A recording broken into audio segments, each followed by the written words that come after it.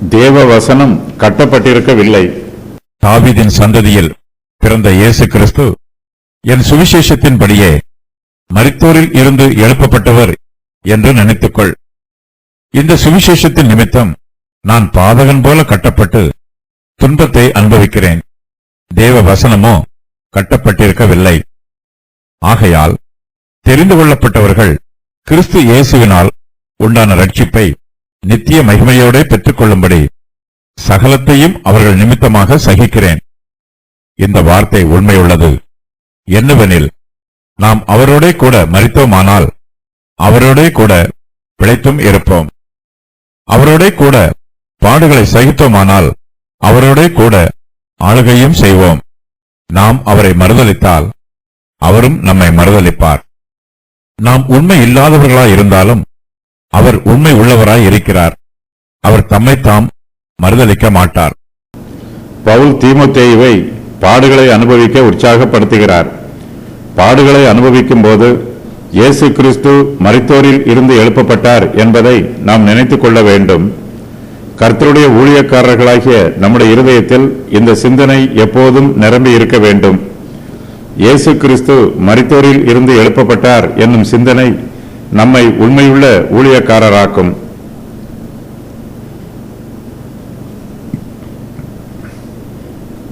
இயேசு கிறிஸ்து மனுஷ அவதாரம் எடுத்ததையும் அவர் மரித்தோரில் இருந்து எழுப்பப்பட்டார் என்பதையும் நம்முடைய இருதயத்தில் நாம் விசுவாசிக்க வேண்டும்.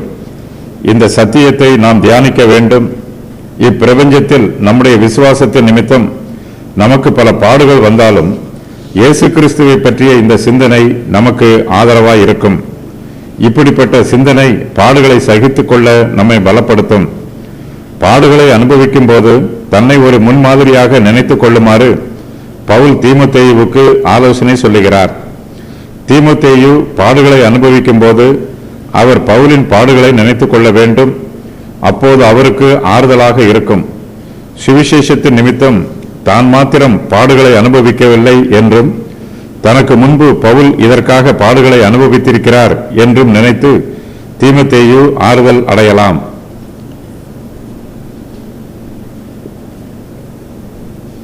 அப்போஸ்தலர் பவுல் இயேசு கிறிஸ்துவனுடைய சுவிசேஷத்தின் நிமித்தம் பாதகன் போல கட்டப்பட்டிருக்கிறார். துன்பத்தை அனுபவிக்கிறார். இப்பிரபஞ்சத்தில் நன்மை செய்கிற அநேகர் பல பாடுகளை அனுபவிக்கிறார்கள். பிறருக்கு அதிக நன்மைகளை செய்கிறவர்களை இப்பிரபஞ்சத்தின் ஜனங்கள் துன்பப்படுத்துகிறார்கள். நல்லவர்கள் பாடுகளை அனுபவிப்பது நமக்கு புதுமை அல்ல. சுவிசேஷத்தின் நிமித்தம் பவுல் பாதகன் போல கட்டப்பட்டிருக்கிறார். ஆனால் தேவ வசனமோ கட்டப்பட்டிருக்கவில்லை. இதை நினைக்கும் போது பவுலுக்கு மிகுந்த ஆறுதலாய் இருக்கிறது.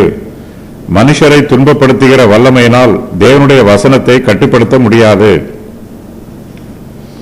மனுஷருடைய இருதயத்திலும் மனச்சாட்சியிலும் தேவனுடைய வசனம் கிரியை செய்வதை பாடுகளினாலும் உபத்திரவங்களினாலும் தடுத்து நிறுத்த முடியாது.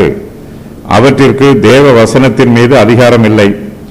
தேவ வசனத்தை ஒருபோதும் ஒருவராலும் கட்டிப்போட முடியாது. மனுஷருடைய எந்த சக்தியினாலும் தேவ வசனத்தை கட்ட முடியாது. பவுலின் வார்த்தை தீமோத்தேயுவுக்கு அதிக உற்சாகத்தை கொடுக்கலாம். இயேசு கிறிஸ்துவின் நிமித்தமாகவும் அவருடைய சுவிசேஷத்தின் நிமித்தமாகவும் கட்டுக்கள் வந்தாலும் பயப்படாமல் கர்த்தருக்கு சாட்சியாக ஊழியம் செய்ய பவுலின் வார்த்தைகள் தீமோத்தேயுவுக்கு தைரியத்தை கொடுக்கிறது. பவுலின் வார்த்தைகள் தீமோத்தேயுவை பாடு அனுபவிக்க உற்சாகப்படுத்துகிறது. அப்போஸ்தலர் பவுல் எல்லா பாடுகளையும் சந்தோஷமாக சகித்துக் கொள்கிறார். சுவிசேஷத்தின் மூலமாய் நமக்கு ரட்சிப்பு உண்டாய் இருக்கிறது. நம்மை போலவே ஏராளமானோர் இயேசு கிறிஸ்துவையும் அவருடைய சுவிசேஷத்தையும் விசுவாசித்து ரட்சிக்கப்பட்டிருக்கிறார்கள். அவர்கள் எல்லோரும் ரட்சிப்பை பெற்றுக்கொள்ளும்படியாக இயேசு கிறிஸ்துவினால் தெரிந்து கொள்ளப்பட்டவர்கள். அவர்கள் தங்கள் ஆத்தும ரட்சிப்பை நித்திய மகிமையோடு பெற்றுக்கொள்கிறார்கள். தன்னுடைய பாடுகளும் கட்டுகளும் பிறருடைய ரட்சிப்புக்கு ஏதுவாய் இருக்கிறது என்பதை நினைவு கூர்ந்து பவுல் சகலத்தையும் அவர்கள் நிமித்தமாய் சகித்துக் கொள்கிறார். மற்றவர்கள் ரட்சிக்கப்படும் போது பவுலுக்கு மிகுந்த சந்தோஷம் உண்டாகிறது. இந்த சந்தோஷத்தின் மத்தியில் பாடுகள் கட்டுகள் மூலமாய் வருகிற வேதனைகள் அவருக்கு ஒரு பொருட்டாய் தெரியவில்லை.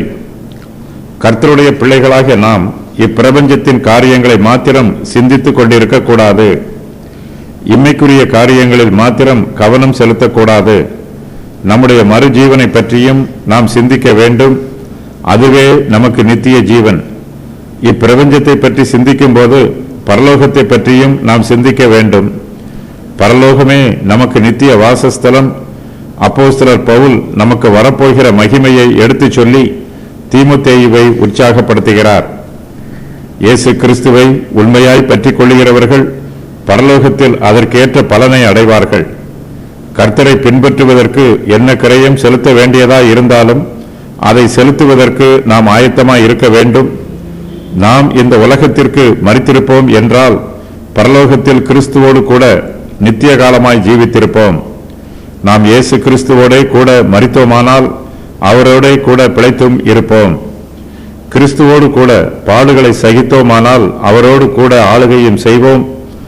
இந்த பூமியில் இயேசு கிறிஸ்துவுக்காக பாடுகளை சகிக்கிறவர்கள் பரலோகத்தில் அவரோடு கூட ஆளுகை செய்வார்கள். இப்பிரபஞ்சத்தில் நாம் இயேசு கிறிஸ்துவையும் அவருடைய சுவிசேஷத்தையும் மறுதலித்தால் அவரும் நம்மை பரலோகத்தில் மறுதலித்து விடுவார். நாம் கர்த்தருக்கு உண்மை இல்லாதவர்களாய் இருந்தால் நமக்கு அழிவு நிச்சயம்.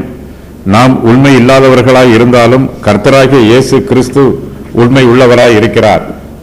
நாம் கர்த்தருக்கு உண்மை இல்லாமல் அவரை மறுதலிக்கும் போது அவர் தம்முடைய நீதியில் உண்மை உள்ளவராக இருந்து நம்மை மறுதலித்து விடுவார். தேவனிடத்தில் பட்சபாதம் இல்லை. கர்த்தர் ஒருபோதும் தம்முடைய ஆள் தத்துவத்தை மறுதலிப்பதில்லை. நாம் இயேசு கிறிஸ்துவை விசுவாசித்தாலும் விசுவாசிக்காவிட்டாலும் கர்த்தர் நம்மை நீதியாய் நியாயம் தீர்ப்பார். அவர் தம்முடைய நீதியில் உண்மை உள்ளவராக இருக்கிறார். அவர் தம்மைத்தாமே மறுதலிக்க மாட்டார். நாம் கர்த்தருக்கு உண்மை உள்ளவர்களாய் இருப்போம் என்றால் அவரும் நமக்கு உண்மை உள்ளவராய் இருப்பார். நாம் அவருக்கு உண்மை இல்லாதவர்களாய் இருப்போம் என்றால் அவர் நீதியாய் நியாய தீர்ப்பு செய்வதில் உண்மை உள்ளவராய் இருந்து நம்மை ஆக்கினைக்கு உட்படுத்துவார். இந்த வார்த்தை உண்மையுள்ளது என்று பவுல் சொல்லுகிறார். நாம் இந்த வார்த்தையை சார்ந்து ஜீவிக்க வேண்டும்.